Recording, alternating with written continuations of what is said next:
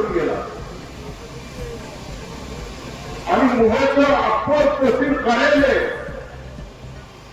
जवळजवळ 42 गावं या अंगणला जोडली असती आणि अंगणला जोडून ते शासकीय कार्यालय तुम्ही अंगणला मंजूर केलं, त्याचं उद्घाटन केलं, ते कार्यालय चालू केलं. 6 वर्ष झाली असती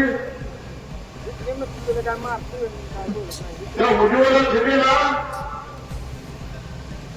नव्या अध्यक्षपदाचा फॉर्म भरण्यासाठी 21 किलोमीटरची बॉडीगार्ड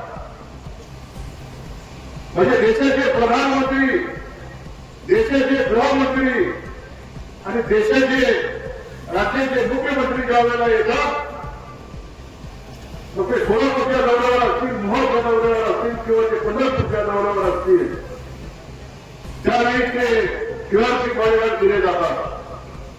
मला सरकारने कोण पोलीस बंदोबस्त दिलेले ते पोलीस आहे बघायचं.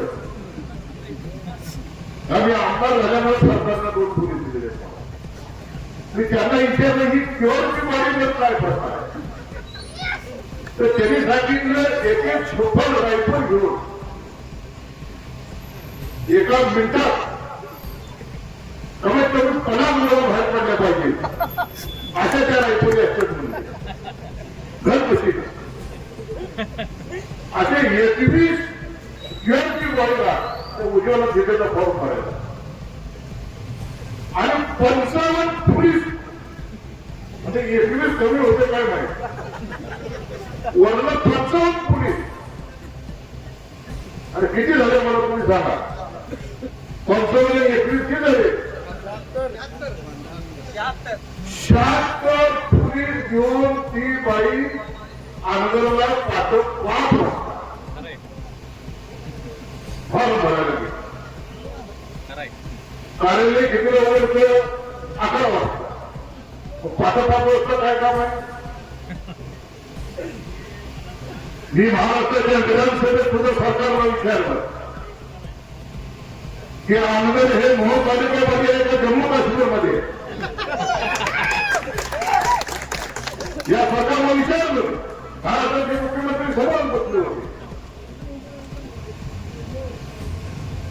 मग जर एका महिलेला 7 पोलीस घेऊन आंध्रमध्ये फॉर्म भरायला जावं लागत असेल तर या 42 गावच्या सरपंचाची काय अवस्था झाली असती?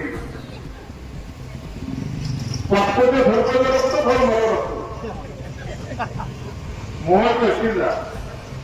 आणि जर ही कार्यालय राहिलं असतं तर मग त्या 42 गावच्या निवडणुका बिनविरोध झाल्या असत्या. तर त्यांच्याच माणसाने फॉर्म भरायचे, बाकीचे जण सगळ्याला परत पाठवतात. बांधवांनो 20 नोव्हेंबरला मतदान झालं आणि 23 नोव्हेंबरला निकाल लागला. 20 नोव्हेंबरला या मोहोळ तालुक्यामधली आम जनता रस्त्यावर उतरली आणि सगळ्यांनी निर्णय घेतला की दादागिरी, दडपशाही, तानाशाही आणि झुंडशाही झाल्याशिवाय राहायचं नाही. आणि 20 नोव्हेंबरला मतदान झालं आणि 23 नोव्हेंबरला निकाल लागला आणि माझ्यासारखा एक तामिळवाल्याचा मुलगा महाराष्ट्राच्या विधानसभेत तब्बल 31,000 मतांनी निवडून आला. या पटकूनचा सुद्धा सिंहाचा वाट आहे. या जन्मामध्ये नाही तर 7 जन्मात मी आपले उपकार कधी विसरणार नाही. इतकं खरंच तुम्ही मला दिलं. आणि मला आमदार झाल्यानंतर पहिलं काम काय केलं तर आपण लोकांसाठी लोकांनी आपल्याला निवडून दिले. गरीबी काय आम्ही पहिले ही काय महारामध्ये राहत नाही. ऑक्टोबरला संपतो कधी जर तुम्ही माझ्या घरी आला तर महाराष्ट्रामध्ये 288 आमदार आहेत. परंतु मोहोळ तालुक्याचा आमदार गुराच्या गोट्यात आहे ना, गुराच्या गोट्यात बसणारा आमदार होय. 100 कोटीच्या महारामध्ये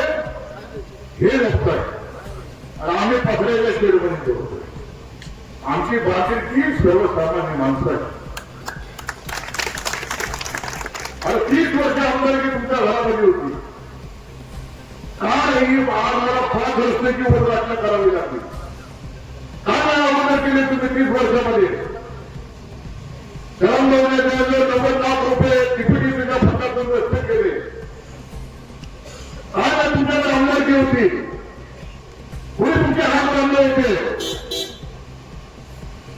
परंतु पाचपूर असं 3 असं विकासाचा निधी आज तुम्ही सांगता की 4,000 कोटी रुपयाचा निधी आहे. 4,000 कोटी रुपयांना तर गेलं कुठं? मग हे रस्ते जे आज आम्ही करतोय मग ती काय झाले नाही. आता यांची बांधून पुढे बोट काढायचं, पुढे पाट्या टाकायचं, कुठे जेवणावर करायचं. परंतु हा मोह तालुका कधीही राजेश पाटलाचं नेतृत्व स्वीकारणार नाही, लक्षात ठेवा. मी परवा पुणेरीला गेलो होतो. पुणे तात्या होते, दीपक होता माझ्याबरोबर. 4 वेळेला कोणेरीची चिखली या रस्त्याचा नारा 4 वेळा फोडला. 4 वेळेला या मीडियाच्या माध्यमातून जर राजेश पाटील ऐकत असतील तर त्यांना माझं जाहीर लावलं आहे. 4 वेळेला नारा स्वतः राजेश पाटलांनी फोडला. नंतर त्याच्या 2 पोरांनी फोडला आणि नंतर त्या यशवंत मानेला फोडला. परंतु बांधवांना तो रस्ता झाला नाही. कोणीही गावातल्या लोकांना येड्यात काढायचं काम झालं.